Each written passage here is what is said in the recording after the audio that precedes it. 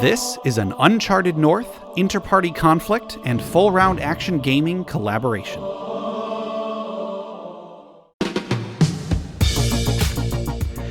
Hello everybody, my name is Gabe, and I'm going to be running a game of the Teenage Mutant Ninja Turtles and Other Strangeness RPG for our friends here. First up, we've got Cam, and then Freeman and James. Cam, why don't you tell everybody who you are? My name is Cam. I've done a couple one-shots related stuff with the Uncharted North guys. Had a lot of fun. They were like, hey, Cam, you want to come play Ninja Turtles? And I was like, hell yeah, brother. Awesome. Freeman, how about you? Who are you? My name is Freeman, and I hail from the frosty lands of Canada. I'm a podcaster with James. We've got a couple of shows and now a burgeoning small network. And we met you, Gabe, through a mutual fan, actually, on your other podcast. Oh my God, what was it called again? Inter-party conflict. Inter-party conflict. It's been over a year. It's okay. It's okay. So we've kept in touch. Hardly ever been able to schedule anything, but we always kept in touch in case we could. So we've tried and failed a couple things. Made. Yeah, but but here we are. We made this one work, which is really fun. So big Canadian nerd here, fellow podcaster. That's probably all you need to know. Awesome. And James, how about you? Who are you? Nobody really important. I technically work for and with Freeman at the Uncharted North Network. I'm a freelance writer and bookkeeper. You can find me at jameskid.ca. It's got all my links and my bona fides. I think we've only played together once, and that kind of fell apart due to some hardware issues. But I've been a big fan of your arcade series. Pardon me for not being able to remember the name of the show, but I quite enjoyed that. It's got the most generic name ever. It's the Arcade Memories podcast, and not many people know about it. So so that's cool to hear. Yeah, big fan. It's really well produced. The interviews are great. Give it a check. If you're done awesome. with Freeman and Cam's back catalog, all of you out there, go hit up Gabe for inter-party conflict and some sweet arcade stories. There you go. Yeah, we did try to do like a one shot a little while ago, and that unfortunately had some technical issues, so we weren't able to finish that. But lately I had a hankering for some Ninja Turtle action, and so I thought, let me reach out and see if you all wanted to try something out. So full disclosure for anybody who is listening to this, this RPG is kind of awful. I don't know if everybody else here would have. It's a mess. It's a very kind modifier. Yeah, you're generous. So when I was a little kid, I have two older brothers, and the older of the two was into tabletop gaming when I was really young, and he had a copy of this rule book when I was a little kid, and it might have been my first introduction whatsoever to anything tabletop role-playing. I just found the rule book and I read through it a little bit, and I never played it. To this day, I have never played a game. This will be the first game of this I've ever actually played. This might be the first game of this that anyone's ever actually played. Possibly. I mean, but I think we'll muddle through. It was apparently the very first licensed good for TMNT, after the comics. So it was before any of the films or any of the cartoons or anything. It was the very first product license. Yeah. And all the art is still Eastman and Laird together. Yes. Yeah. It's a really neat book if anybody has a chance to read through it. I don't necessarily recommend playing it, but there's like some it's like half the book is Ninja Turtle comics. And Ninja Turtle artwork. And they clearly did a lot of research into making sure there was a plethora of equipment and like detailing some of the weapons and whatnot. But the actual flow and writing of it and like the actual rules making has no consistency. It uses the Palladium system, which like Rifts have used and lots of stuff. So it's other games have used this same system, so supposedly there's a way to make it work, but I guess we'll find out today how well it works with Ninja Turtles type stuff. So we're not actually going to be playing as turtles. Nobody is going to be a turtle in this. The way that the mechanics work, I'll just give a brief overview. The players here have made characters. They've actually made team characters, so they're all going to be similar in a lot of ways, and they get some benefits for doing that. But they've got 8 stats that they all rolled down the line for. Using those stats, they are gonna, I guess, populate something. Some of the, I'm gonna be honest, some of the stats are kind of pointless. Yep. There's a couple stats that don't My really best do stats, anything. my most pointless one. Yeah. It's great. But we rolled randomly to determine what animal the players are going to be playing as, and then we also determined how they mutated and then what abilities they have. So in this case, the players are going to be playing as a trio of porcupines. Which I'm so excited about. I would like to pitch to you all a group name, or maybe the name that people know you by, because we did roll for their background, and it turns out that you all are known by the world. You're not necessarily secret like the Ninja Turtles are. You all went to college. Or at least you have like college level education, Yeah. and you are a known quantity to the world. I wanted to pitch the name Large Mutant Nasty Outrageous Porcupines, because that would make you the LMNOPs.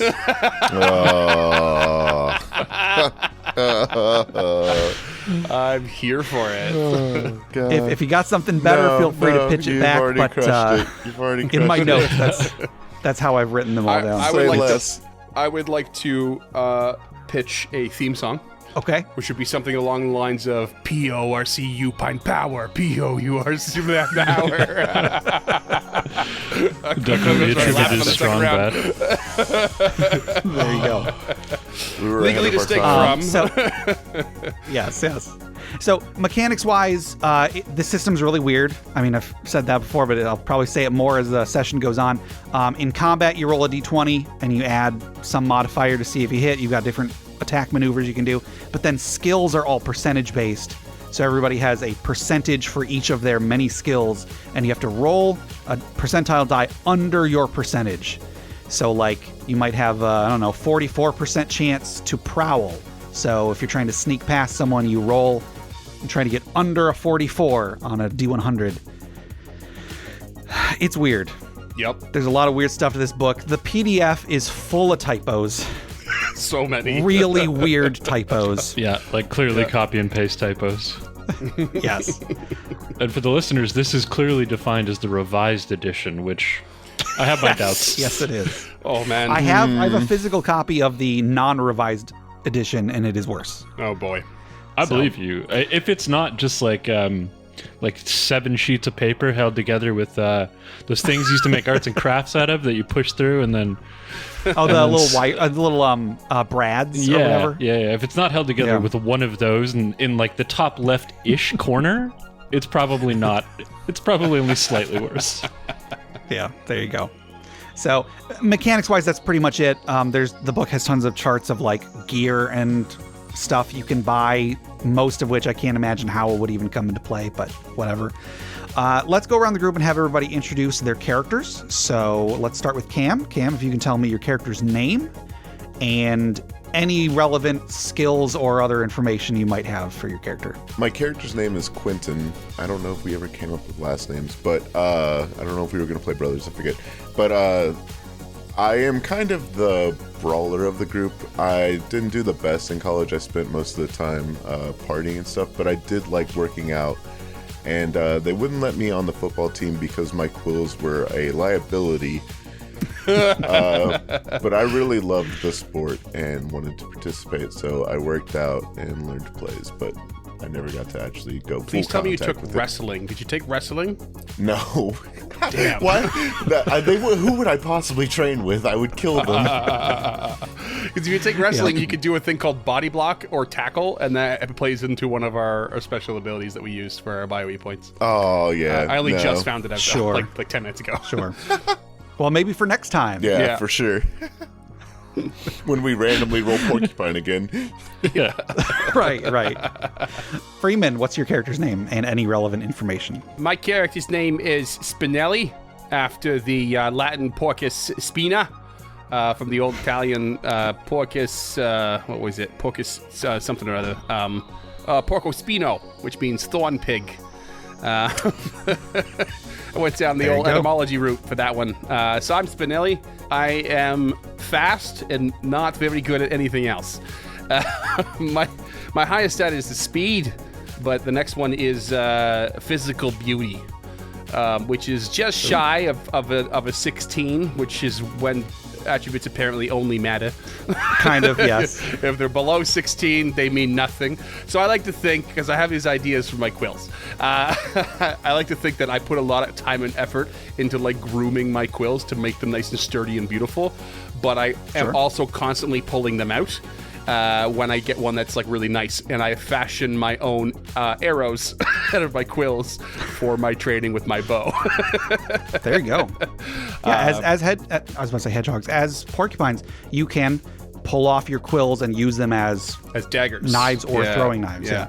Which could be thrown. Which I thought, okay, I'm just gonna flavor it. It doesn't have to be any mechanical thing. Not that it would matter. I fashioned into my own arrows. I also am proficient with a blowgun. So maybe I just grabbed the little tiny quills from somewhere for my little needles. And I also love needlepoint on the side. That's my little hobby.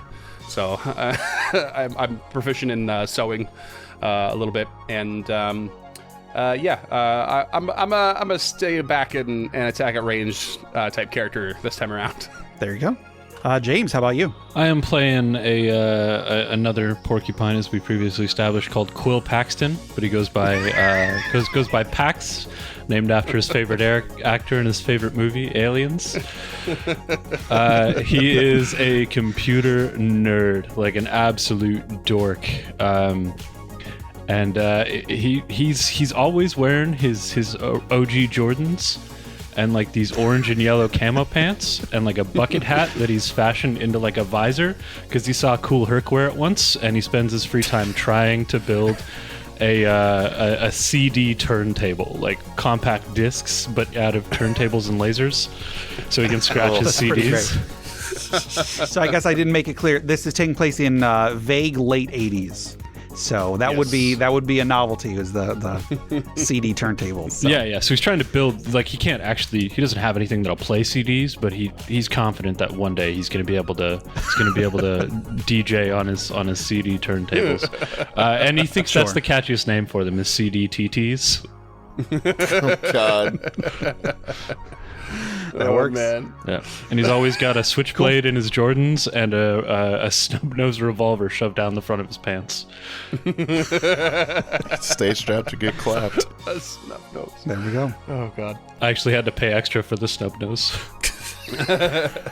So as far as your character's like origin story, in my mind, I've just been thinking we rolled and determined that it was an accidental exposure to some sort of mutagenic compound. Mm-hmm. In my mind, I'm thinking to myself that it was maybe at some point some sort of toxic waste or something was dumped out in the river or the forest or something, and then it over time spread out, and various flora and fauna became a little bit mutated as a result. While this was being investigated, some sort of local agency discovered the three of you and brought you in for some sort of testing, and when it was determined that the three of you were actually sentient and fairly intelligent and could learn, someone saw the opportunity to enroll you in some kind of formal education, I suppose. So we must have been sponsored by something, Possibly, yeah. There have been rumors that the spill was originally like government in origin, so there may have been measures taken to kind of hush the exact origin of this. So on hush publicly, money. I guess publicly, it's not really known what caused this or if there were more lasting implications of it. But the result is, you three are known. Maybe the average person might not necessarily know for a fact that you exist. Maybe there's local legends, maybe people have heard about you, maybe you've been in the newspaper at some point, I don't know. But it wouldn't necessarily be a huge scary thing if somebody were to see you walking down the street. Now, yeah, this begs the question, how common are mutants? Like we would have been in the news at some point. Sure. That's us mutated porcupines going to university. How I don't expect one in every 10 people you see walking on the street to be a mutant, but like how common? Are we the only ones that people know of, or are there others that are known publicly in the universe? I would say you're the only ones that have been on the news. but there's always been rumors of there being others. Okay. So it shouldn't surprise you if you do find out that there are others, but the average person wouldn't know about any others. And does this take place in the same universe as the actual Ninja Turtles? That's a good, sure. Okay. Sure, not in the same city, because I don't know New York. So I've made up a fictionalized version of a city to have it be set in, So yeah, maybe people out there have heard of the Ninja Turtles, and then when they start hearing about these LMNOPs over in this other city, you know. When you say it like that, it sounds like a slur, and I love it. Okay. Those LMNOPs. Yeah. Hey, if you had been rodents, you could have been the ROUSs. Oh yeah, that would have been good too. Wait, porcupines are rodents. Are they? Are they? Yeah, that's why they're so cute. They're not vermin. Well, that doesn't fit into LMNOPs, though. No, they Yeah, are that's indeed fair. rodents. Look at that. That's fair. I know my rodents. All right. Well, tell you what. You've heard rumor of there being European versions of creatures like yourselves, and they are referred to as ROUSs. Oh, like the punk frogs? Weren't they French? Sure. Oh no, they were Cajun. Were they Cajun? I don't know. Call in. Lines are open. What? Yes. Sorry, I'm getting a call right now. Yes, they are Cajun. Okay. Oh, and they're also telling us that this game sucks. We didn't even start playing Okay. it. Sucks. Yeah, before we even Thank started. you, caller. I Before we agree. even started. All right. Can any of you think of anything else relevant to character creation or? Yeah, so I mean, Anything else we to did get like a team build, which required us to be the same animal, which also Sure. gave us a bonus to certain things. So we have to choose a number of skills, and some of them are scholastic. Those scholastic ones we get a bonus on from our background, and like I don't know, we share a number of things. So I rolled high on speed, so everyone got a boost of speed. Cam rolled high on, was it prowess and strength? Yep. So we all got a bonus on that because we're doing a team thing, which is kind of neat. Yeah. I like how the game kind of gives you an incentive to already be a team, with the idea being that you've lived together, you've trained together, and so certain skills you're going to be better at because you've had someone to practice with, and so on. Right. So for game mechanics purposes, they count it as like for each additional person beyond the first. So there's 3 of them. Each of them counted as 2 levels higher for purposes of certain skills. So, and then any other mechanics? I guess I'll briefly touch on combat mechanics. I talked about it's a D20 roll. Initiative is re-rolled every round, unlike in something like D&D where it's just rolled once. Everybody has multiple attacks. I'm just now realizing I still haven't wrapped my head around the idea that supposedly you alternate different people's attacks in combat. Yeah. I should have figured that out. Yeah, before from what I gathered, it was, you follow initiative order, but then whoever doesn't have another attack to just get skipped that time around. So, you know what I mean? Okay. Like, so I like think I if see what we're you're in, saying. like I have a high rate of fire on my bow, which means I can shoot it like multiple times per combat. I can shoot up to 4 times per combat, which is crazy. But then I guess so if I can do 4 times and say James can attack twice and Cam can attack 3 times, then we go through the order, and once James is done attacking, Cam still has 1 more, and I still have 2 more. We just kind of keep going. Okay. But then it also That begs makes the sense. question too of like, what happens if you switch a weapon? Are you allowed to switch a weapon in the middle of that? Like I can only attack twice with a dagger, but 4 times with a bow. That's a good question. Yeah. And the real weird thing about this is that a couple of rules have been found out this way. That isn't said in the rules. There's a section of the book that's a description of what a play session would look like. And so it's like, oh, the GM says this, then player 1 says this, player 2 says this. And 2 rules clarifications we have discovered in that, not in the relevant rules section.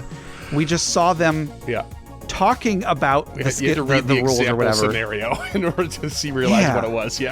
In order to be told Really? the order of operations. Yeah. Because I have hand-to-hand Really weird. expert, so I get +2 attacks per melee.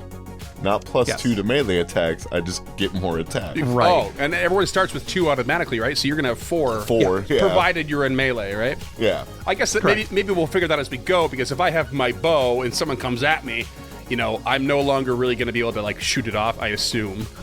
accurately at point blank. So I might have to switch weapons at that point. Oh no, we're reduce only my level 1. I attacks don't to have that yet. That's at level 2. Oh, My okay. bad. Oh, you don't have that yet.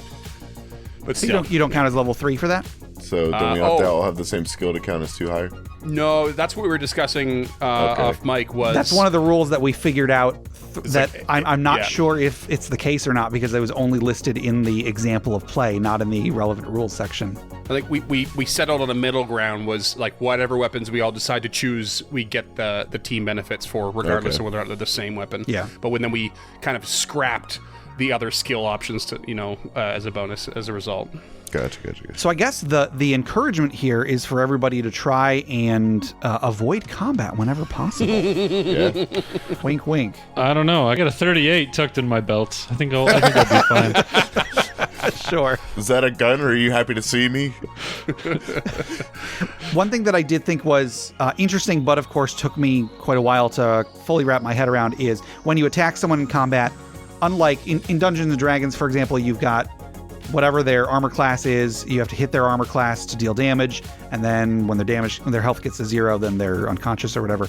In this one, against someone that's not wearing armor, you just have to roll a 5 in order to hit them.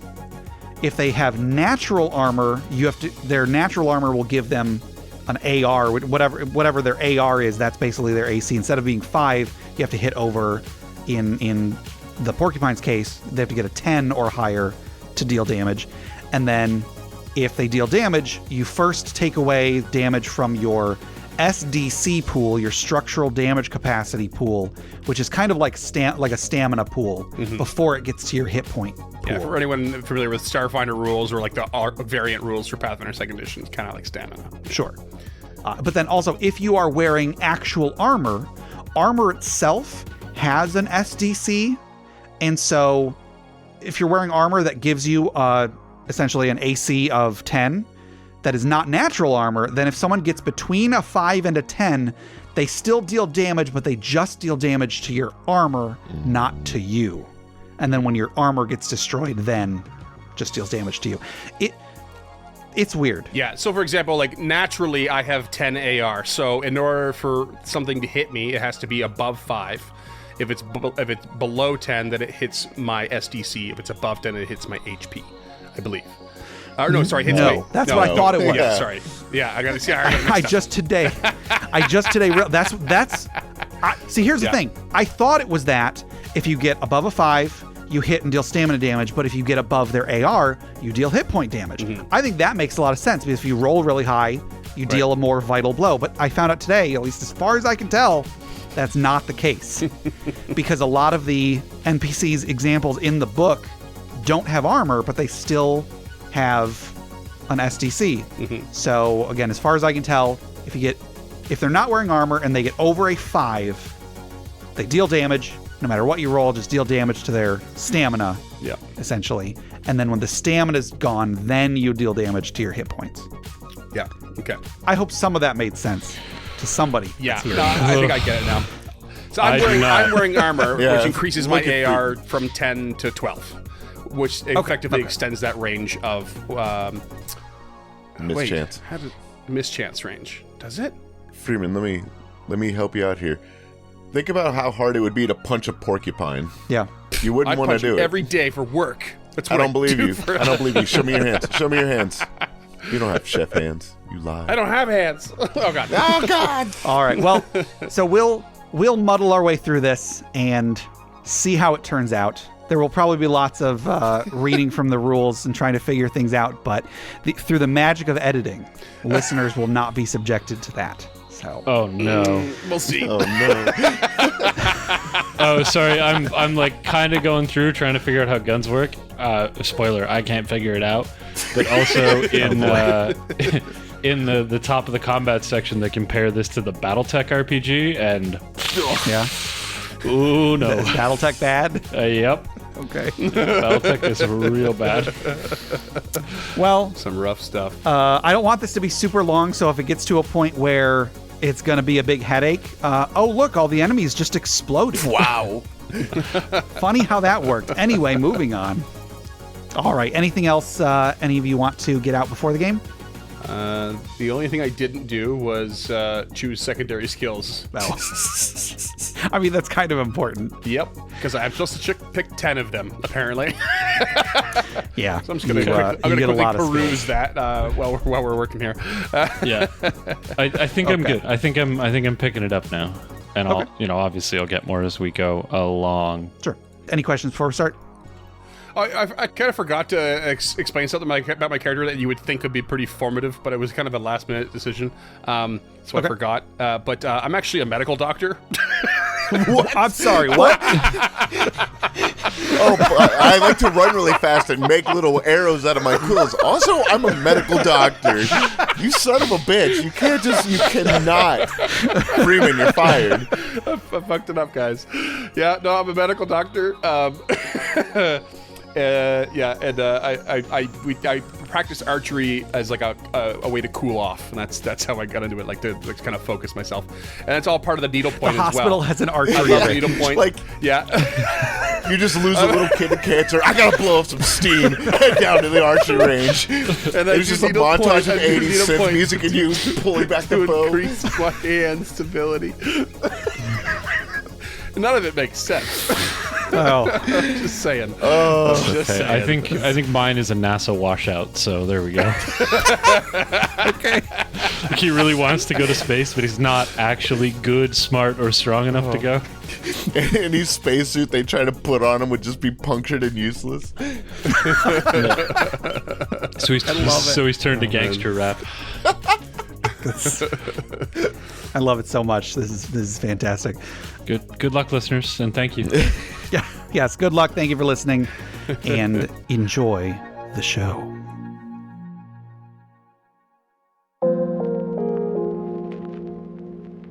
The year is 1980 something. The place is Garden City, USA. A bit of a misnomer due to the fact that the skyscrapers outnumber the gardens 10-1. Maybe at one point it was a quaint, green place to live, but those days are gone.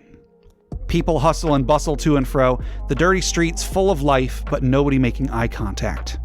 The busiest eyes wait in the shadows, watching for a purse to snatch, a window to break, a wallet to steal. The politicians in City Hall sit back and pass laws. The police on the street create problems as much as they solve them, and the people are simply trying to survive from one day to the next. On the outskirts of downtown, an abandoned train yard has become the home to a batch of self-proclaimed heroes, victims of happenstance who have chosen to take the opportunity to make the world a better place. So, at some point, one of you threw out the idea of living in a treehouse. Yeah, that was James. Yeah, I don't often have good ideas, but some sort of inebriation may have been involved in in almost all of my life decisions. So, yes, the three of you, the three LMNOPs, as people are calling you, live in a treehouse in an abandoned train yard. Forgot about that part. Yeah. What's It's a random tree. But hey, we're in Garden City. Trees could be anywhere. Sure. One of the few places where nature has started to reclaim it. It's just like a rail car that's been placed on top of an old oak from a tornado. I love it. That's perfect.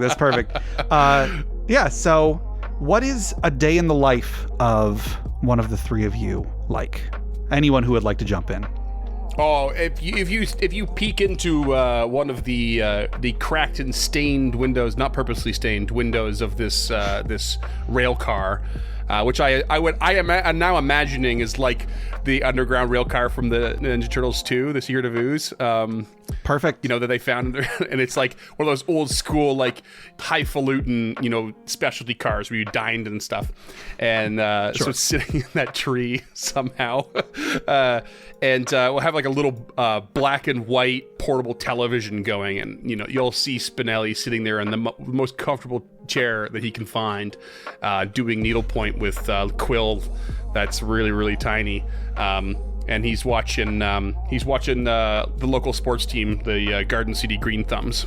There you go. So the three of you have decided to be some kind of good doers, possibly decided to start trying to fight crime, but you haven't been at it for very long. What would you say is the method that you have chosen to use to find crimes to stop? Do you just walk the streets and keep an eye or ear out for people being accosted down alleys? Do you have maybe a hijacked police broadcast, police radio or something that you're able to listen in on broadcasts? Do you have informants around town? What sort of methods do you use to try and find stuff to do to make the world a better place? I personally was thinking more like A-team type of thing, where like if somebody has a problem, they know how to find us. Like they just stick a note on a train car or something like that, and then it like gets to us that way in some weird roundabout fashion. I don't know. Okay. It's a request for help tucked into a box of Earl Grey tea set near the gate. Okay. Yeah, Paxton, one day you are, I'll say it's late in the day, it's around sunset, and you've got some sort of a gadget that you're using you've got like a little box in your hand that has lights and a couple little like arms that come off that flash, and you're not quite sure exactly what the device is meant to do, but you make it look like you at least know what you're doing. You're walking around, you're using this gadget, and then you notice that the fence over on the far side of the train yard has looks like a little bag has been tied to it, and it's a little far away, and you didn't start with enhanced smell, but you do catch a waft of tea from across the train yard. So he's like waving this doohickey around, and he's making the beep sounds for it, just beep. Beep. just to add an air of legitimacy to it. Trying not to move his mouth when he does it. Yeah. He's really not, though. That's the thing. Like he was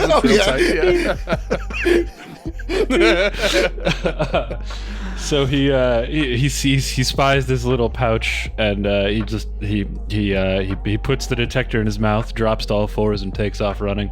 Right, because you don't have... so listeners, when you make a character in this game, you have points to spend on various abilities and human traits, and you can give yourself full bipedal stance, which means that you stand up on two legs, you can walk around, no penalties, whatever. These three jokers didn't choose to do that. They chose to go with partial.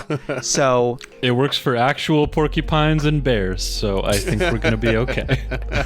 All right. So yeah, they need to run on all fours, and they have to like hold things in their mouth when they run. But if it works, I guess. So, okay, Paxton, you run over to the fence, and when you get there, sure enough, you find there is a little plastic bag that has the unmistakable scent of Earl Grey tea inside. He just starts, he drops the detector and opens up the pouch. He's like, orange, bergamot. This is all the makings of my favorite. Guys, there's Earl Grey here. So you pull open the bag, and you do see several sachets of Earl Grey tea. However, you also see there is a note that is inside the bag, and it appears to have been very hastily scrawled. And it says, "An attack is coming to the library. Please help." And it is signed LL. Do we know an LL? Yeah, do we? No. You have not met an LL so far. It's clearly the lead librarian. Who else could it be? Who else can possibly know? Oh, I thought it was going to be a Lucky Lou. Oh, yeah, there's better words. Both start with L too, I suppose. I mean, I like the library. Should we go? I mean... Yeah, that's where I get my best needlepoint crafting patterns. They can't be going destroyed now. Let's go. That's the place with the books, right? You got it. And he the says scrolls. as they flex. Quill's just standing up in a splay behind him. I mean, I would like to just go help people. I don't particularly care about the books. Okay. Can I, do I know how far we are from the library? Yeah, it's not very far. You're kind of, like I said, you're kind of on the outskirts of downtown, and you know that the library is maybe 3 or 4 blocks away. It's not very far. Okay. It's nestled between 2 skyscrapers that were clearly built afterwards and dwarf it in comparison. But no, you know where it is. You've been there at some point, or at least you've walked by. It's not far away. Okay. Paxton slowly puts away his car opener. His car opener? Yeah, it's a piece of equipment you can buy for $25 that you reach down right. window like, and crack. Yeah. It's like a pry bar with a hook on the end. Yeah, it's a Slim Jim. Yeah. Okay. So you won't need to steal a car, is what Yeah. you're saying. Yeah, and he's a little upset about it. He likes to drive.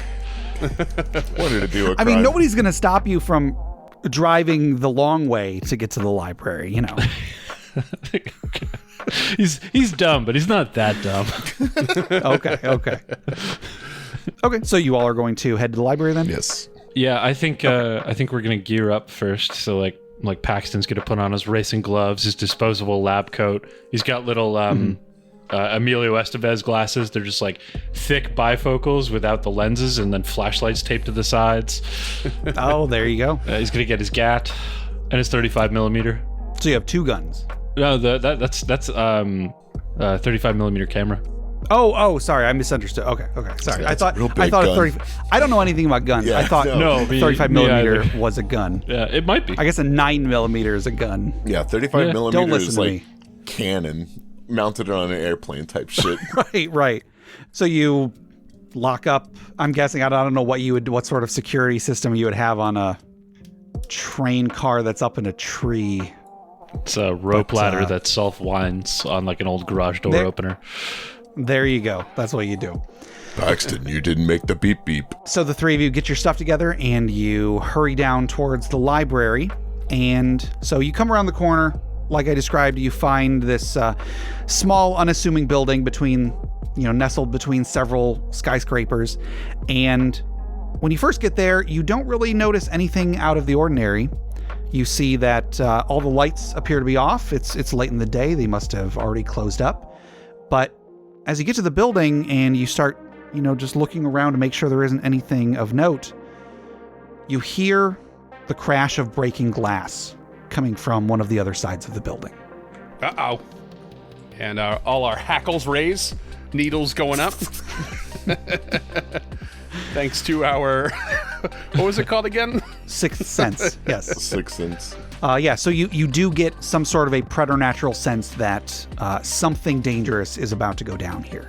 Is the window broken? It's like on the other side of the building or around the corner? It's probably around the corner. It's just not on the side that you are currently Okay. standing. Okay. Okay, I'm going Like to... I'll say you're standing at the front of the building. It's probably around the side or something. Okay, I would like to perhaps maybe prowl over to the corner and peek around, which I just now chose as my one of my secondary skills. Sure. I swear I chose it about 30 seconds before I decided to use it, but let me just calculate what my number should be first. That part I didn't choose yet. Paxton's gonna load his revolver while Freeman's character, whatever their name is, gets ready to prowl. Spinelli. Spinelli. Thank you. Like I just want to say, Spinelli's all like of your tying up their names are shoelaces, fantastic. and Paxton's just like loading his revolver. What, do you remember the pump up Nikes? He's just like pumping up the air pressure in his Nikes, getting ready to prowl. Yes. Oh So my God. when I was a kid, we were too poor for me to have the pump up Nikes. I had ones that looked like it had a pump on the front, but it didn't actually do anything. It was just like a sphere, half sphere on the... They're by Brooks, right? I think I had the same kicks. Yeah. Oh, I remember them. Yeah. Okay, so let's see here. Here we go. The skill helps the character to move with stealth, quietly, slowly, and carefully. Techniques include balance and footing, short steps and pacing, rifle positioning, prone positions for low visibility, and crawling. A failed prowl roll means the character has been seen or heard. If the prowl is successful, then the character is not seen and may make a sneak attack. Okay. Base skill, 46% plus 8% per level of experience. All right, so I'd like to include this, like getting up to the corner, turning around, and then peeking around the corner. And if I see somebody, getting my bow back out of my mouth and/or off my back and getting it ready, if I can do that all in one fell swoop. I don't have a great chance for this, but it's more than 50%. Sure. So I have to roll equal or under. Is that right? Correct. I rolled way the fuck over. 92. Okay. 92 over 54. So as you come around the corner, you do see some people. I mean, they're there. You come around the corner and you see there are maybe 3 or 4 silhouettes that appear to be climbing through a window. And as you come around, you bump into some rocks or some sort of trash can. You just make some noise running up around the corner, and you see them turn their heads over to you, and one of them swears loudly and says, "We got company." Like cock a bristly eyebrows, like, oh, son of a spindly boy. We've been spotted. So I guess let's go into initiative. Oh, I'm ready. My body is ready. Yeah, I think I'm good. My body is ready. Well, tell you what. That was in character. They appear to be using this opportunity to hurry into the building a little bit faster than they already were. Spinelli, what do you do to alert the others? What do you do to pursue? What do you do? I mean, I definitely said what I said. I probably turned around when I said the part of like, we've been spotted. Shoot, what the hell do I do? What I really want to do is something I didn't have a chance to bring up, and I'm really annoyed by. Is that it's that you're a medical doctor, you did bring that up. I was also thinking. No, I was on the same wavelength. It's that I early on decided I was totally going to use a blowgun, because why not? It actually uses the same basic stuff from the bow proficiency, but it doesn't do any damage. It just delivers substances like drugs or poisons. Except the BDF has absolutely zero drugs or poisons in it. So yeah. So I was just like, wait a lidocaine. second. I went to choose what they were going to be today, and then I was like, oh, crap. No, as a medical doctor, I would assume that I have access to some drugs or poisons. What they are and what they do, I have no idea. Sure. So what I might do is try to shoot off my blowgun to capture one or maybe the last person trying to run inside, and maybe make them stumble or pass out or something like that to either reduce their numbers or be able to interrogate them. Lidocaine, man. Okay. I'm telling you. Gets him every time. Well, shoot. Now I got to come up with what that does on top of how to adjudicate how it happens. I meant to bring that to you earlier. Okay. No, it's fine. So, surprise! Here's a mechanic and an intoxicant that I made up. Good luck, you GM. guys are any more prepared than I am. Shut up. Yeah, but I he's also not didn't making a choose GMC. medical doctor and blowgun. I was like, I just went with fists and shit, so I don't have to I got a make more work for the 38 and a GM. basic understanding of radios. I'm covered. all right. So, Spinelli is going to be trying to, get out the blowgun to take out one of these thugs. While that's happening, Quentin and Paxton, you've heard Spinelli call out that there's somebody over there. What do the two of you do? I go barreling around the corner as fast as I can. Okay. So you're charging over, and Paxton, what do you? I will meander up behind Spinelli and Three Stooges around the corner, over top of him. Boom. Well, I'm stuffing my blowgun manually. Yeah, and hold the 38 out. Okay. Then I'm going to say that in the time that it takes the two of you to get over there, Spinelli, you've gotten your blowgun out. I'm going to let you go ahead and make one attack because most of the assailants have already gotten into the building. However, one of them is still climbing in, so you can make one attack on that one before we go any further. Also, my worst chance to hit with the blowgun, but here we go. Hey, you only got to get a 5. True, but I got a +1 to this, so yeah, that's a 3 total. 2 on the die. Oh boy! Off to a great start. All right.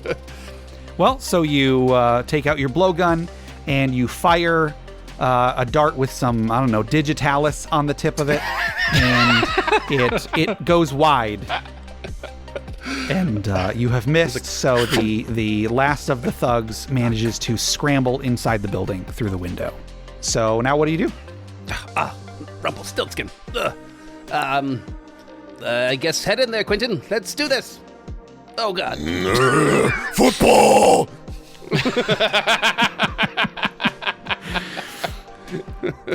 Steve Holt. So yeah, if you want to just get in the building the way they got in, just a matter of just running over and climbing through the window. Do we see any doors along these walls? Not on this wall. There's the front door, which was on the side that the three of you were standing in front of to begin with, but they were climbing through like a back Gotcha. window. And would the library be open at this hour? Because I don't know. Does not appear to be. Okay, then yeah, I'm just following him through. Okay, I'm gonna ask a question here, and I think I know the answer based on the United States Public Works Office in the late 1980s. But is there a security system that we can see? Oh boy, I hadn't thought of that. I'm gonna roll a percentile, and I have a number in my head. I'm trying to get below. I was also thinking We'll about see. like keeping an eye out for any security guards that are probably on the beat. Gotcha. You do not see any sort of a security system, and you do not see any law enforcement or official or otherwise anywhere around. Okay. Paxton makes sure to lower the hammer of his revolver before he stuffs it back into his trousers. Good idea. So Quentin, you get over to the window. Do you have any skills that would help you to get through a broken glass window without adverse effect?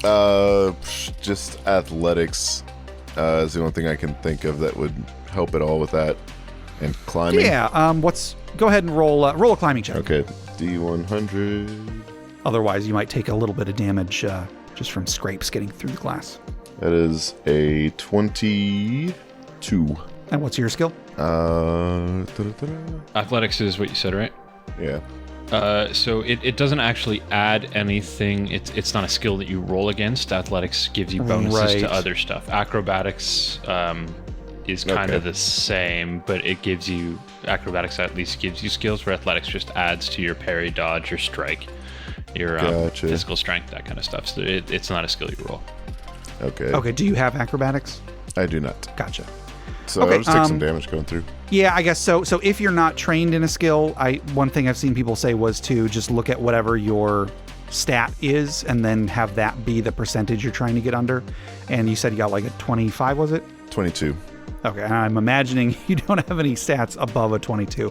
Physical strength. So climbing through the window, you do take 3 points of damage as you your SDs. You take 3 points of SDC damage as the glass scratches up against a little bit of a flesh wound. Maybe some of your quills get caught in the glass.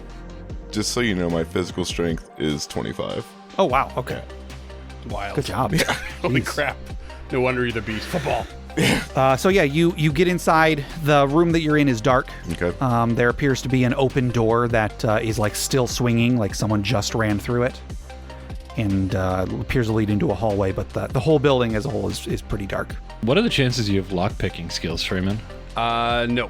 They were all under espionage, which we were not allowed to take unless we had a military relation to our education, I think. Oh, right. Right. Yeah. So, although no, as a you could secondary take skill, lockpicking as a secondary, I think. yeah, as a secondary, it showed up there with thief in parentheses. But you couldn't take it as a scholastic unless you were military trained, I think. Okay. I didn't take it. I could, because I pointlessly filled it out with pilot and automobile and pilot motorcycle.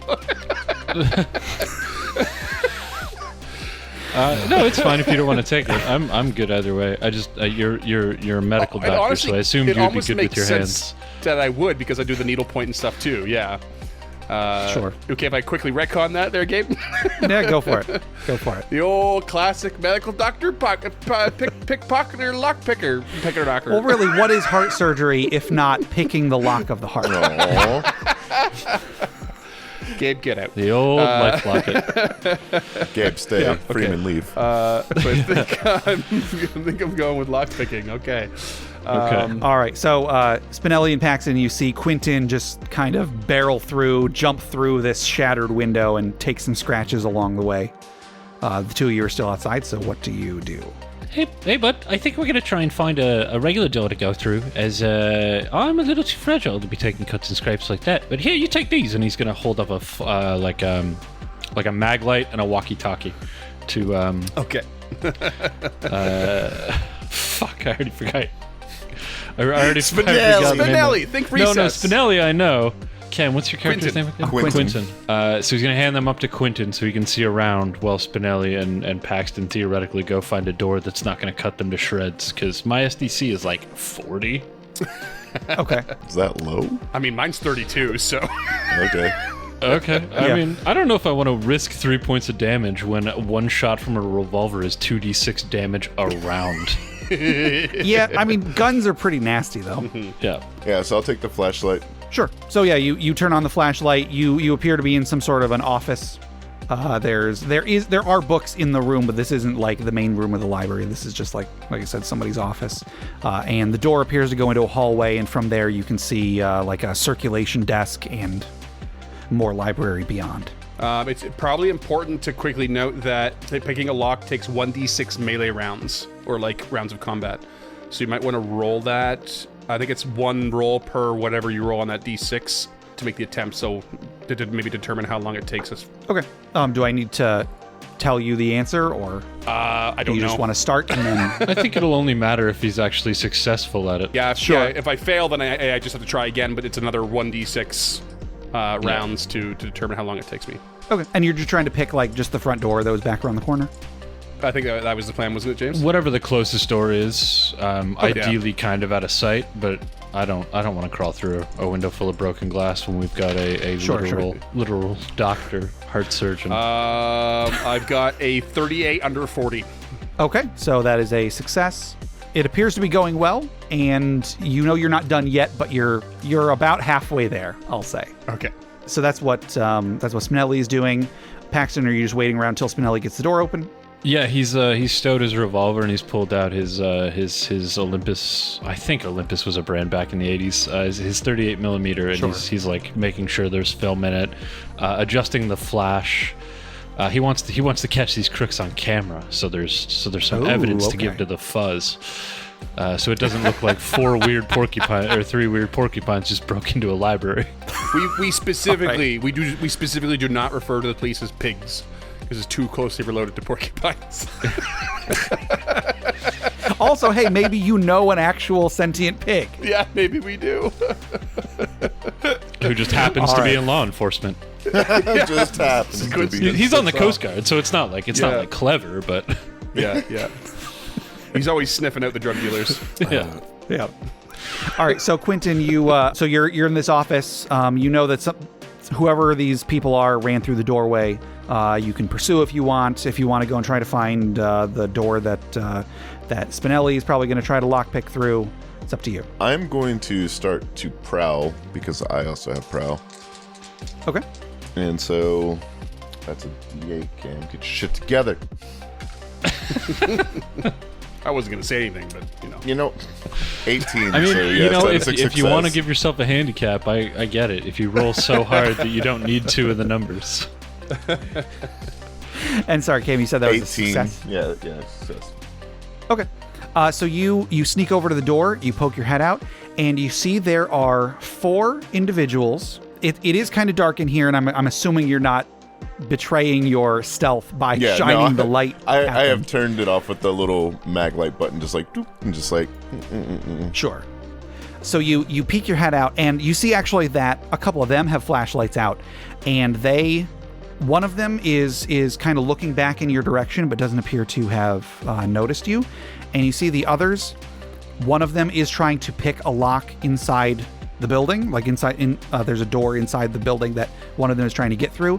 The other 2 are just kind of stalking around, and you see one of them is like getting ready to like knock over a pile of books.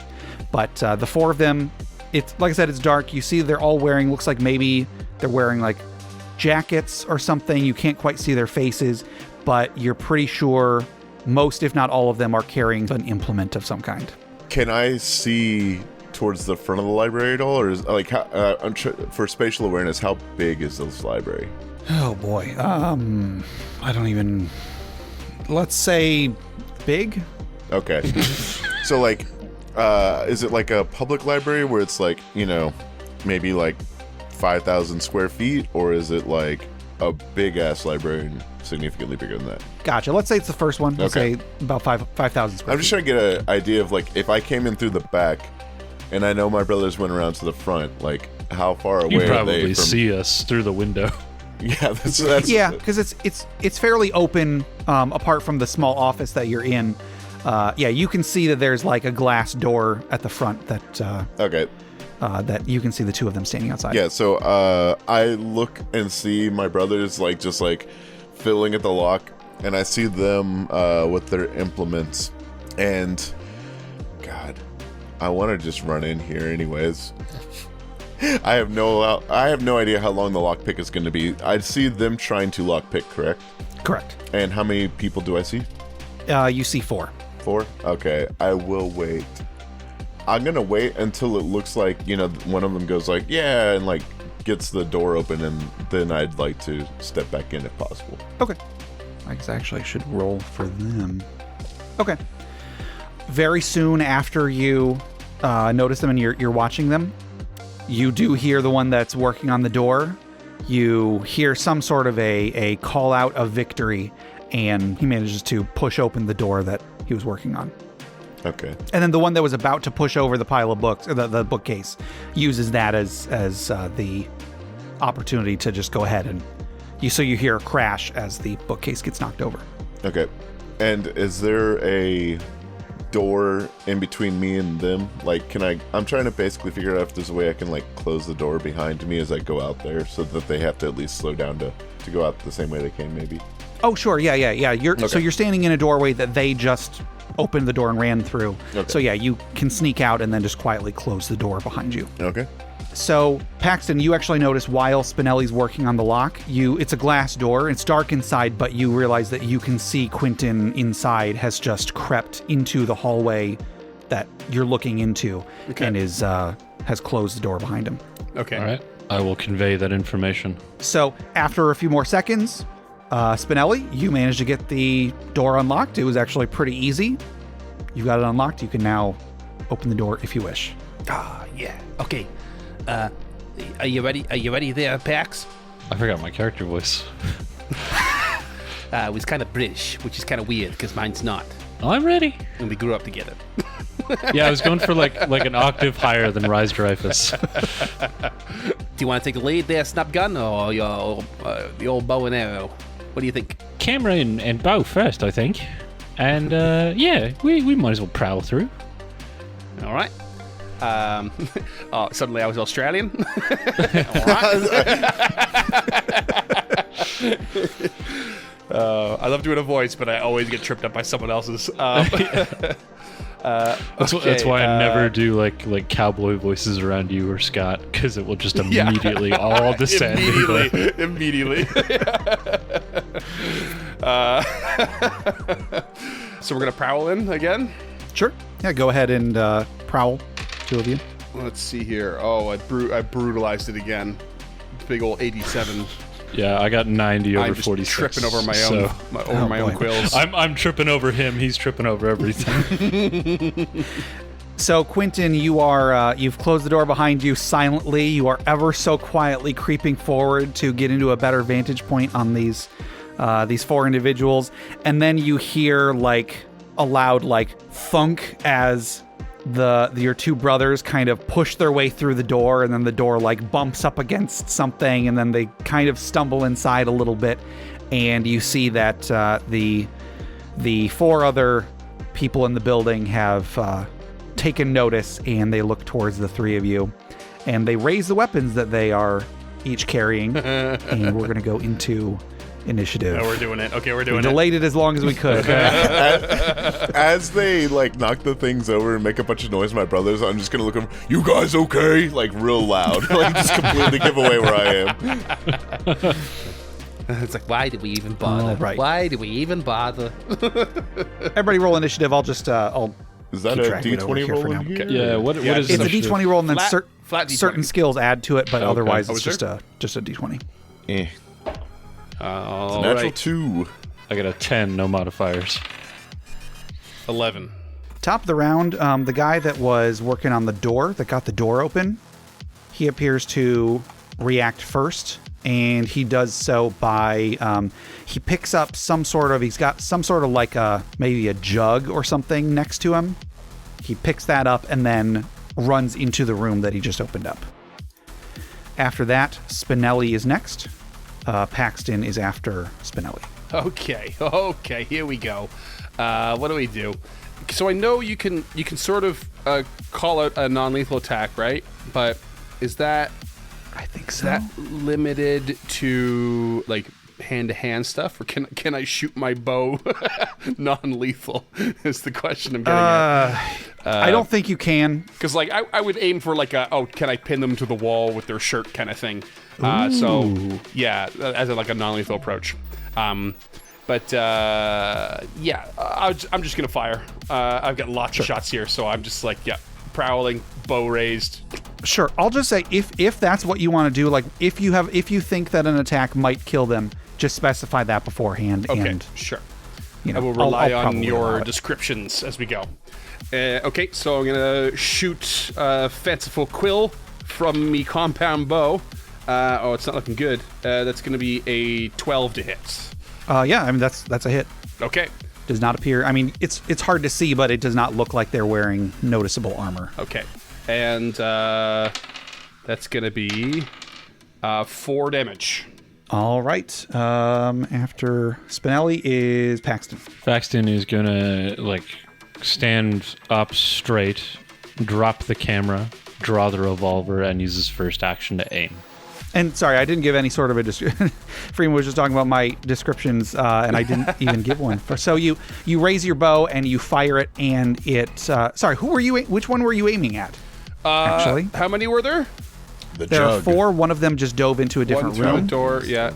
And one of them has just knocked over a pile of books, not a pile of books. I keep saying that. One of them knocked over a bookcase. One of them is holding a flashlight, and the other is just milling about.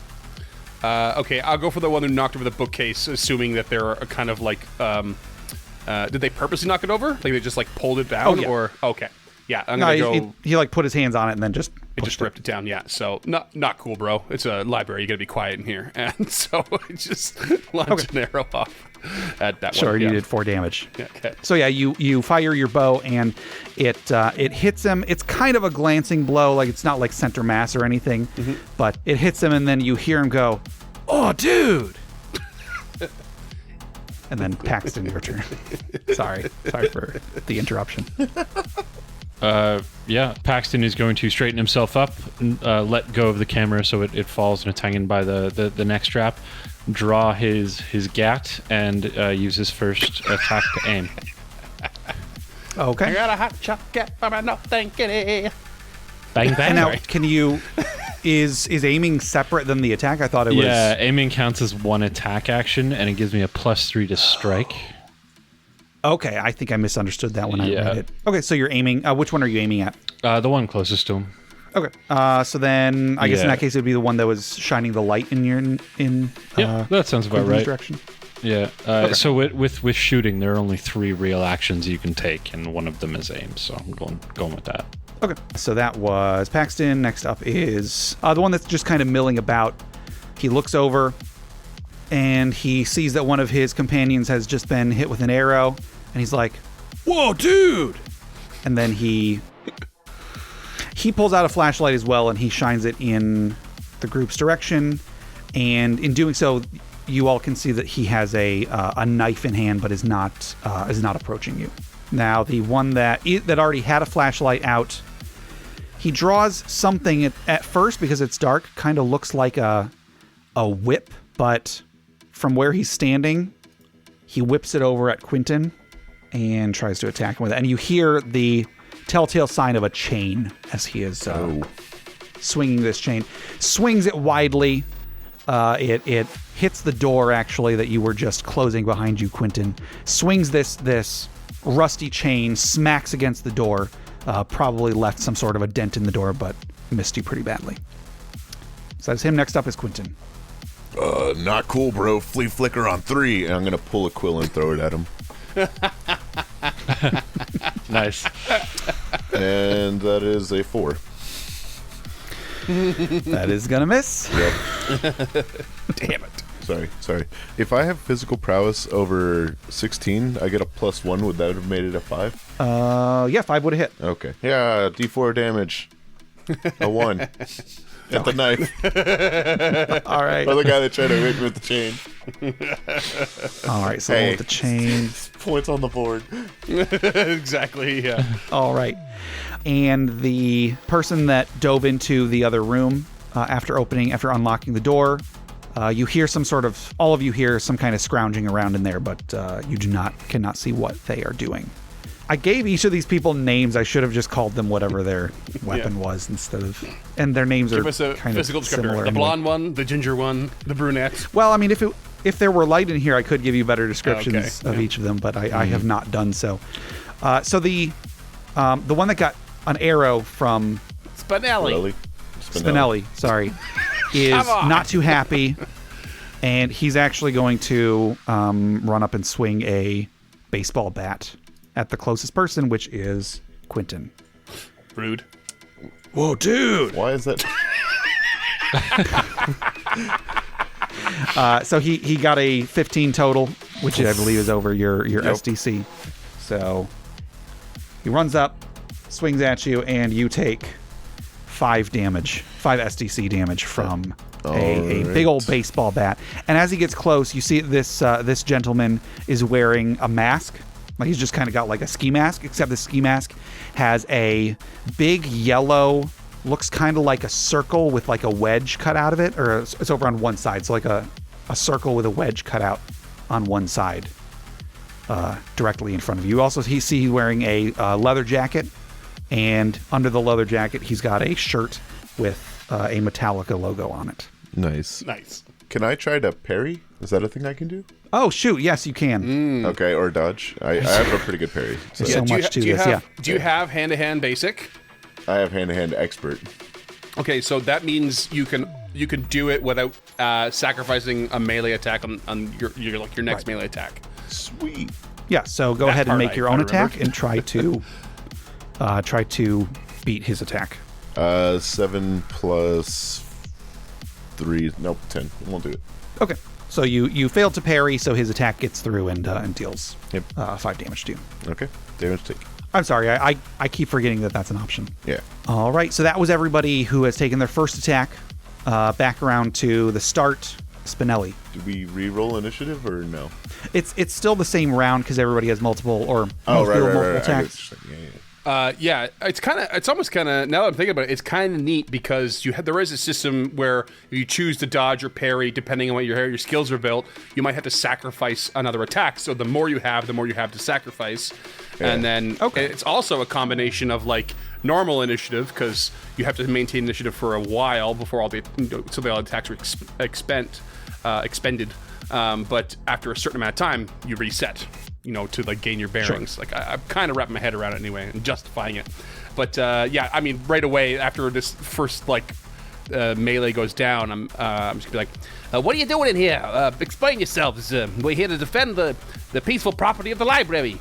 So I don't know if that's me trying to roll a check to spend one of my actions to communicate, or if that's just like a free action kind of D&D style. I think that's just a free action, so don't go ahead and make more attacks if you want to make more attacks, or if you want to not make your attacks as a way to get your point across.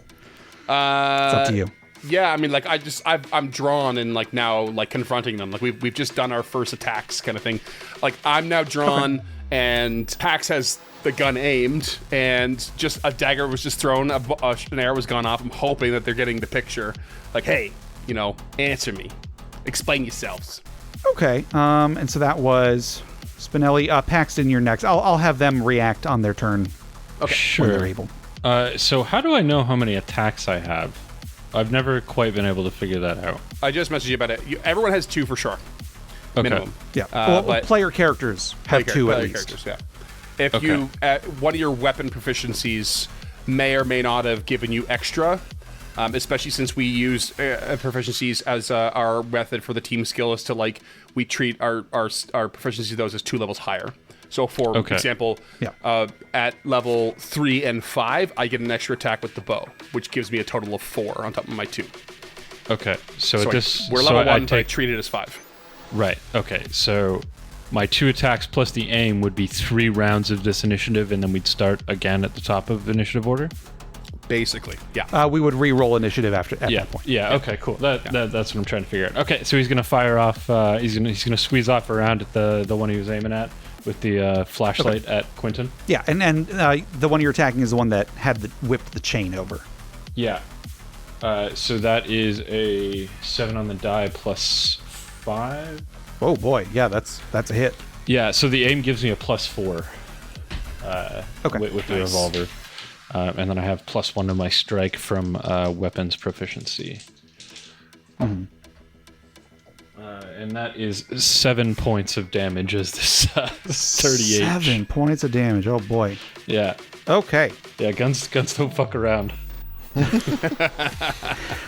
You fire a gun at this individual who just whipped a chain over, and he goes down. He may not necessarily be dead, but he goes down. He was not expecting that. Well, blam! Spinelli, it looks like you I got 5 more in the chamber, ready to go. He's all nervous. So that was Paxton. Next up is the one that did not attack. Actually, no, because he did something else with his turn. So his turn is up. Quentin, it is you. Is the person that hit me still standing? Or is that the one that... Yes. Okay. Yeah, the one that hit you hit you with the baseball bat. Okay. He took a little bit of damage from an arrow, but he is still standing. You're not going to like the part that comes next, bud. Rolling strike, and I'm going to body block into him. Oh boy, okay. Oh, so can you just normally do that? That's kind of what I brought up earlier about the wrestlings. I wasn't sure how to do it, the body block. Gotcha. But it appeared as though you had to take wrestling to get it, or maybe you get it in your expert hand-to-hand. I don't know. I mean, we got it get just it because from our quills. Yeah. Oh no, so our quills can do extra damage if we body block. I'll just say you can just do it. Okay. I rolled Just a natural thing that your animal For it. type. It's so good. Speaking of natural things, I rolled a natural 20. Oh no! Okay. Critical strike. This is an attack that does double damage to an opponent. Rolling a natural 20 without bonuses to strike is an automatic critical and can be parried or dodged by an opponent's roll of a natural 20. The only way. Well, he's gonna attempt. He doesn't have any attacks left. Never mind. He doesn't. So here's the question: is double damage rolling double the dice, or is rolling critical strike rolling once and doubling, or is it rolling double the amount of dice? Because Quentin's about to roll 46. I know that. Yeah. Let's make that call right now. Which do you prefer as a group? I usually prefer rolling once and doubling. Okay. Just Is that cool with faster. you, Cam? That's absolutely, yeah. Cool. So 7, 17 12, times 2. 16 times 2. Right? So 32 damage. Yeah.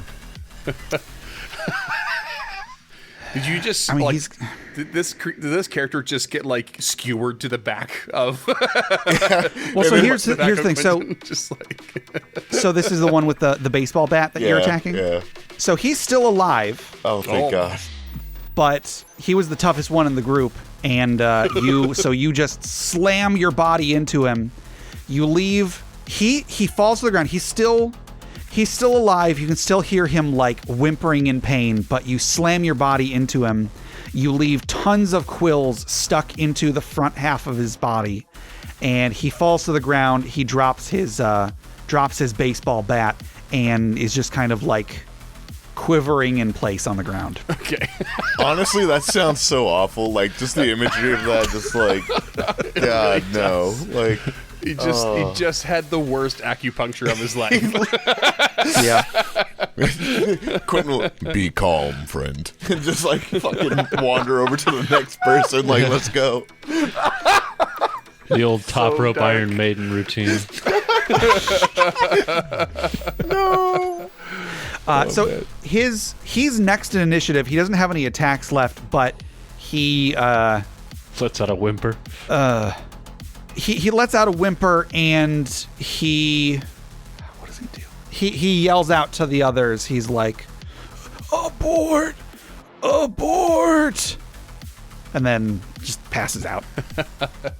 Possibly from pain, possibly from blood loss. Who knows? So that's the end of that. Go through the round. Does anybody have any attacks left? Yes.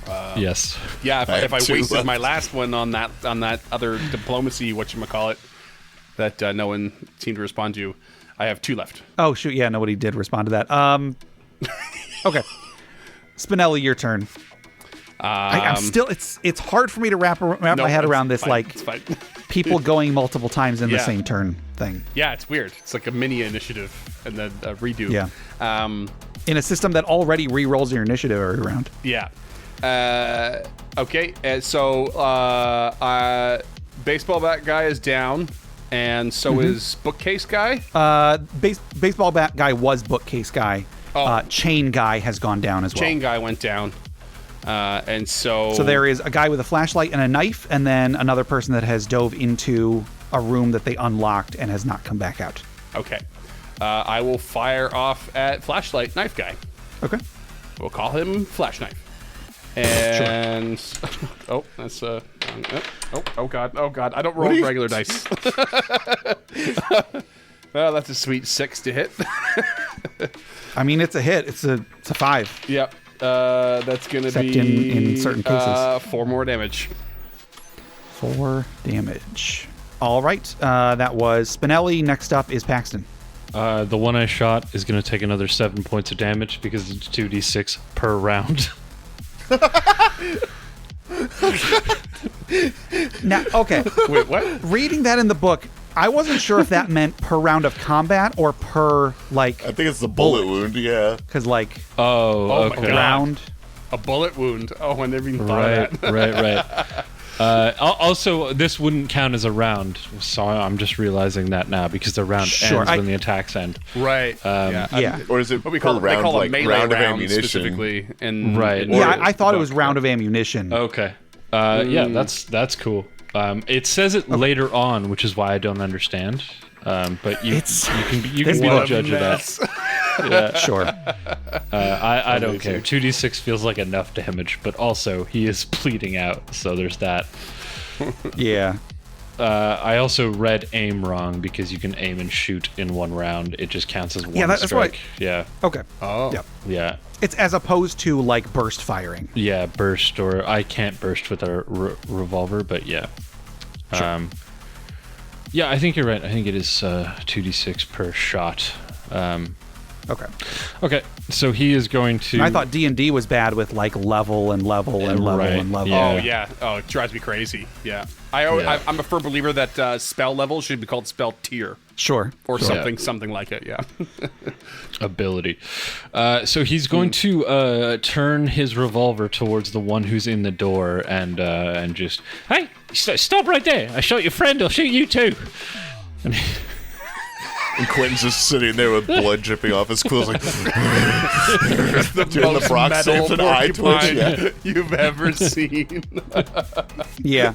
It's got a jersey that says 666 on it. It's a black jersey with red letters. Yeah.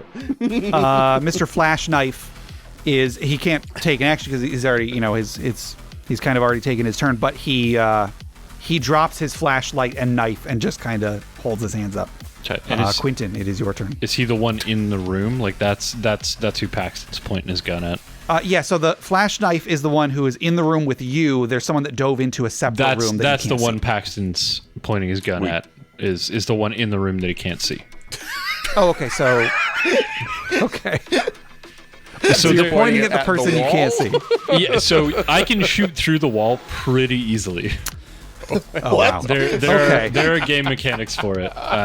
If you look up SDC, it will show you the SDCs of basic structures, and I'm going to be just fine with a 38. Oh my Well, god. flash knife still does what he does. Okay.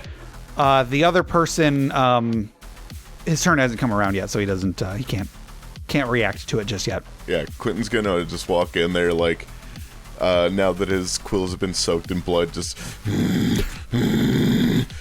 where are you? And I'm gonna stalk in after him. And what do I see when I enter the room? Okay, so you come in view of the other person in the other room, and you see that this other person, they're all dark, but you can see that the person, Flash Knife, who's standing out there, is also wearing a mask. Looks like all four of these people were wearing masks. The one with the flashlight and knife is wearing a skull mask.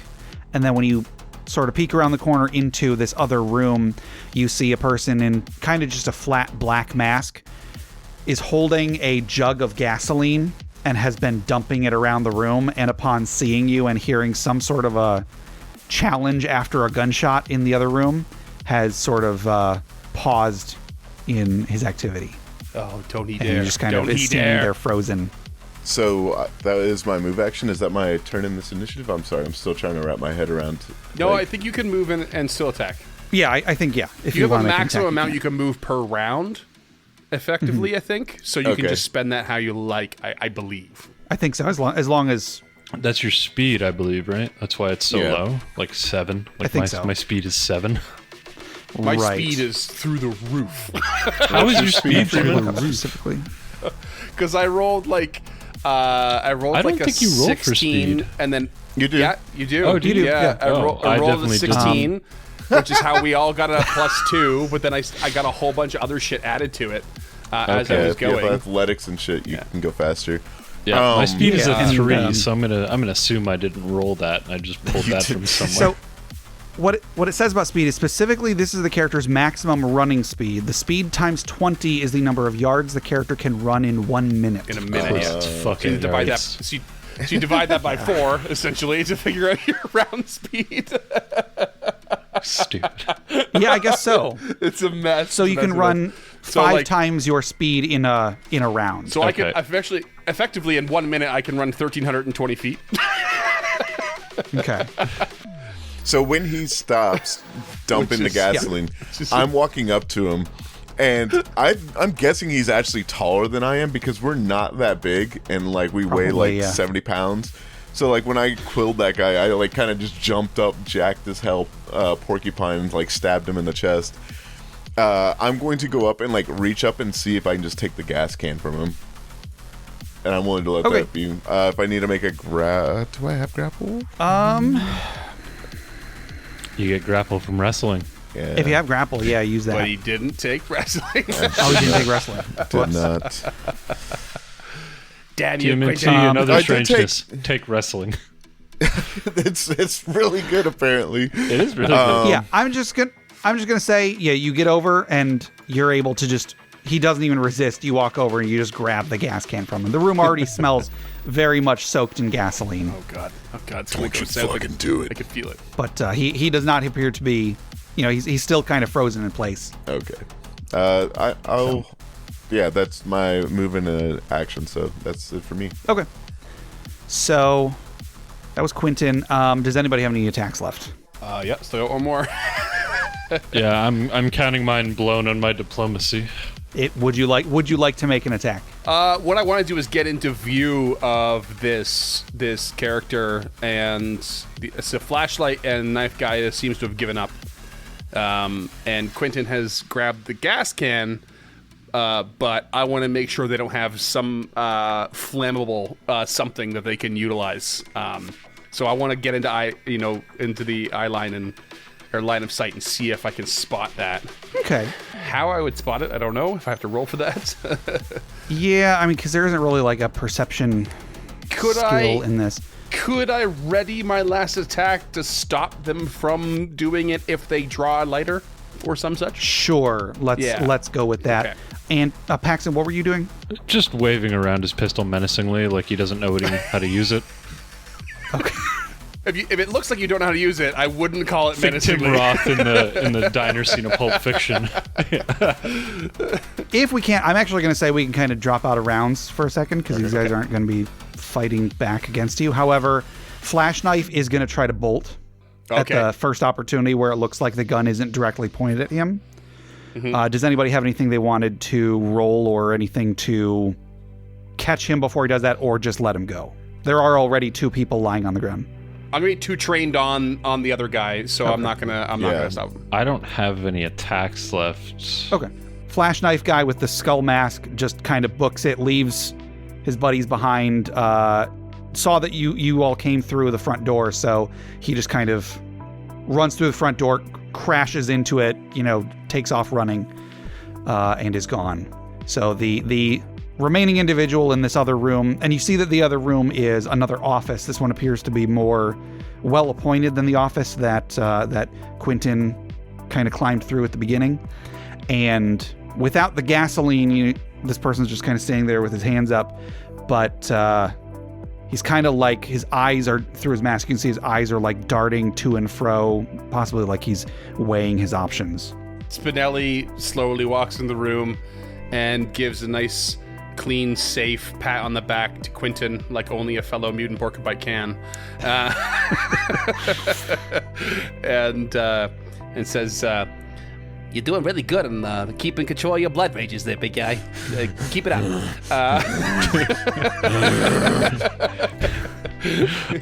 In my head canon is now that Spinelli's been feeding Quentin like steroids to give him this blood rage. That's time for your injection. A little bit of morphine, take the edge off. I'm a medical doctor. Yeah, that's Fruit Loops and steroids. That's my new head that's a canon. good way to. Yeah. Yeah, so Spinelli will walk up and be like, What are you doing here, big guy? Why are you lighting this on fire? Do you know how many people will be in danger?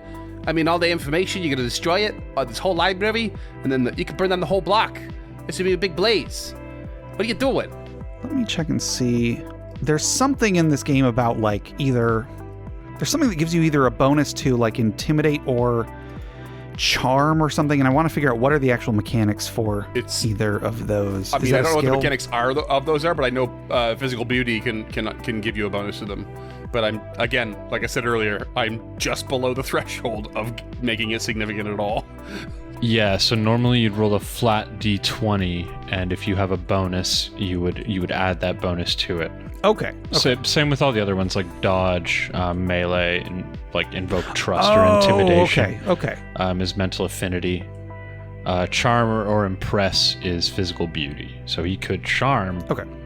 Or he could intimidate. Sure. So if you want to try and either charm or intimidate this person into talking to you, I guess you can. I guess apparently roll a d20. Okay. And you won't add anything to it because it would require you to have either a 16 in one of those. But so annoyed by this stat system. I know it's. Like, I'm just barely not pretty enough to have any effect. You should have bought some fancy clothes then or something. Just imagine what Quentin and Pax look like. That's what I'm getting at. They must be hideous. Okay, I'm rolling. 18. Okay. I got to roll quite nicely. Trying to, get into him, be like this is stupid. Like, you're not stupid, are you? Like, come on.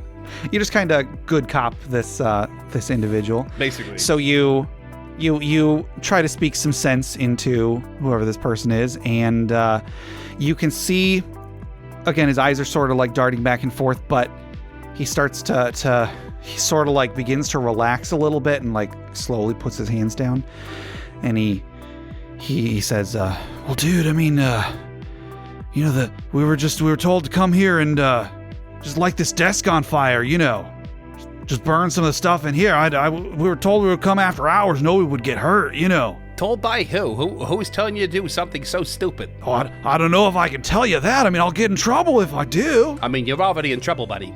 Yeah, that's a good point. Bang, bang. I guess I'm very smart. I'm a medical doctor, so let me tell you right now, you're in trouble regardless. Oh, man, well, I guess I can tell you that, it was the king. The king told me. He told all of us. He gives all of us orders. Who's the king? You don't know the king? Oh, man. And he takes off his mask so he can, like, scratch the side of his head, and then realizes that was really dumb of him because now you can see his face. He's just got long blonde hair, kind of like a surfer dude-looking person. And, Point Break extra. Got it. Frantically puts his mask back on, kind of askew. Please tell me this is like a small gang. They just call themselves the Dudes. And so he says, there's, the king, the Neon King from the Neon Kingdom. I was really hoping you were going to say King Pincushion. I don't know about that. Make him a hedgehog. Neon King. When he says the Neon Kingdom, the name does ring a bell. You've heard people talk about some sort of a business in town called the Neon Kingdom, and whenever you've heard it spoken of, it's always been like, oh, you don't want to go there. That's a seedy place. You don't want to, only bad people hang out at the Neon Kingdom. Okay. Is it a club or a bar or an arcade? Are you asking this in character, or are you just? Is that to me? I'm gonna ask if my character has heard of that and knows enough that it's a certain type of venue. I guess give me roll a. Can I do a criminal science / forensics roll? Can I roll land navigation? Roll land navigation. Yeah. I'm trying to think of what would be the equivalent of a knowledge local check or something. Yeah, I got a this 56 over 40 in land navigation. So I may have heard of it, but I don't know how to get there. Okay. You similarly have heard the name, but yeah. But Spinelli, again, you know the name, but you don't know, you wouldn't know enough about it to be able to say even what kind of an establishment it is. From the sounds of it, maybe it's like a bar or something. Mm-hmm. Yeah. Neon Kingdom, you say, huh? Yeah, the king, he gives all of us orders. Sounds a bit as hell. Your voice is getting higher and higher. I know. First thing I sound like this. Any of you guys heard of this place? Looking at his teammates, they probably both shake their heads no. No. Nope.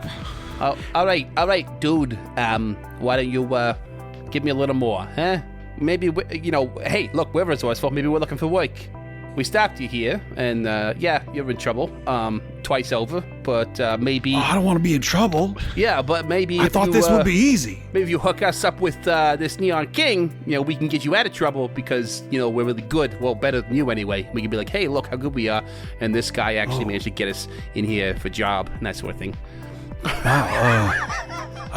I guess, but if I do that, are you just gonna, rat me out to the cops or something? Oh no, we'll totally write you a letter of recommendation. Oh, I don't know what that is. We'll put in a good word for you. I guess that sounds good. Okay, well, I guess I can show you how to get to the kingdom, but I don't think they like your kind there.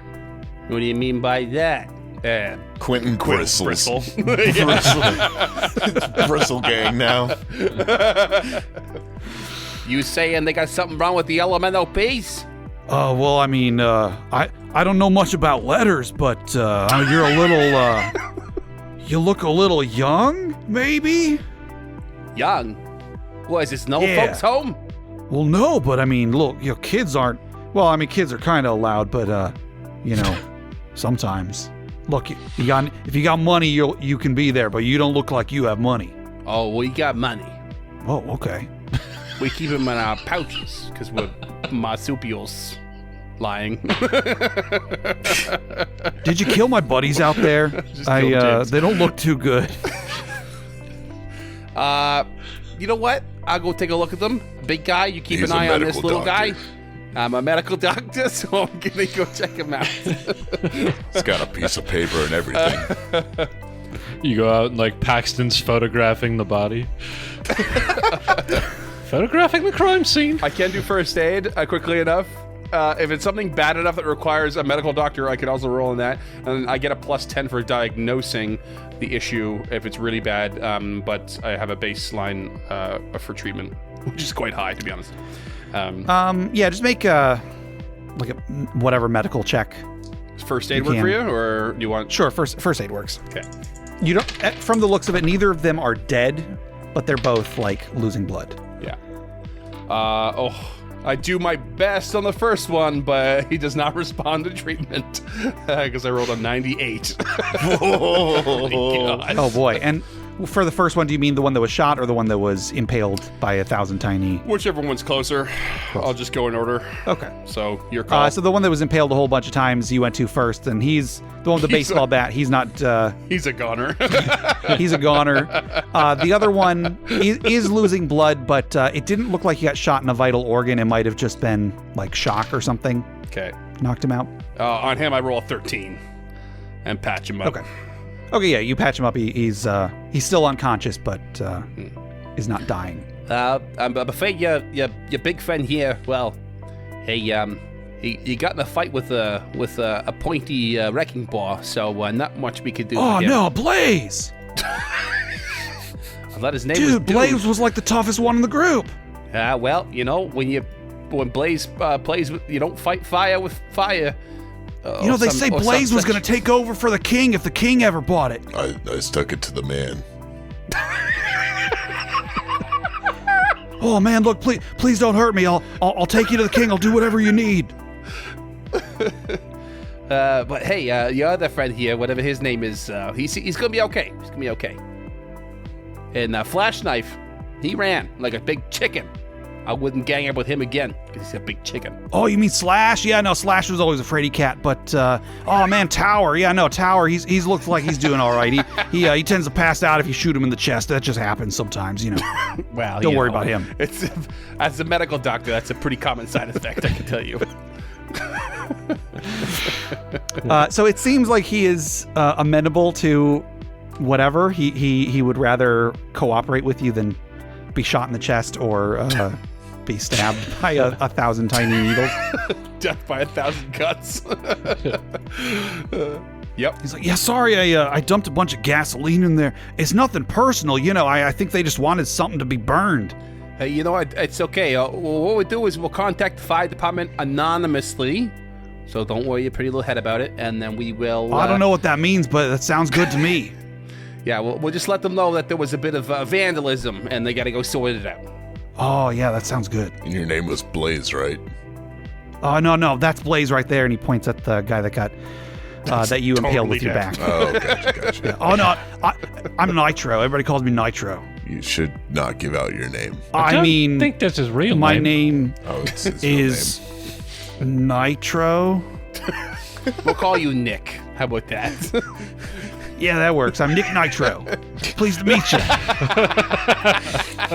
So are you like those LMNOPs you said? Is that what you are? Maybe. Yeah, absolutely. Whoa. We're like a lukewarm alphagetti soup, right in the middle. Oh, I love alphagetti soup.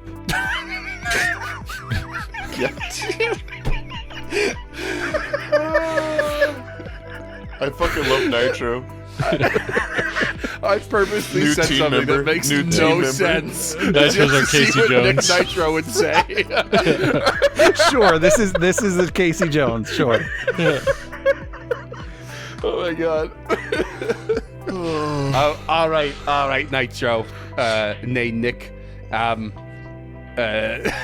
don't you take us to the Neon Kingdom? You just show us to the front door. You don't have to do nothing beyond that if you don't want to. Okay, yeah. Well, hey, here's the thing, though. You got any quarters? When we babies, we always have quarters. Okay, good. You're gonna need a lot of quarters. Yeah, and Quinton, Spinelli, shouldn't we take them to the hospital? That one's bleeding out. I mean, I did shoot him. Well, the fire department will take care of them. I don't think that's the... You know what? All right. I mean, sure, he's going to say we were attacked by a bunch of big porcupines, but no one's going to believe him. They already know I'm a medical doctor. You do have your... Yeah. I'm a Just well-known keep and your respected medical certificate on doctor. you. I carry a roll of quarters because of the vending machines in the hospital at all times. That works. That works. In my headcanon now, you are the universe's Dookie Howser, and that's actually a TV show just based on your life. But Porcupine wasn't believable enough, so they cast NPH. Oh, I love it.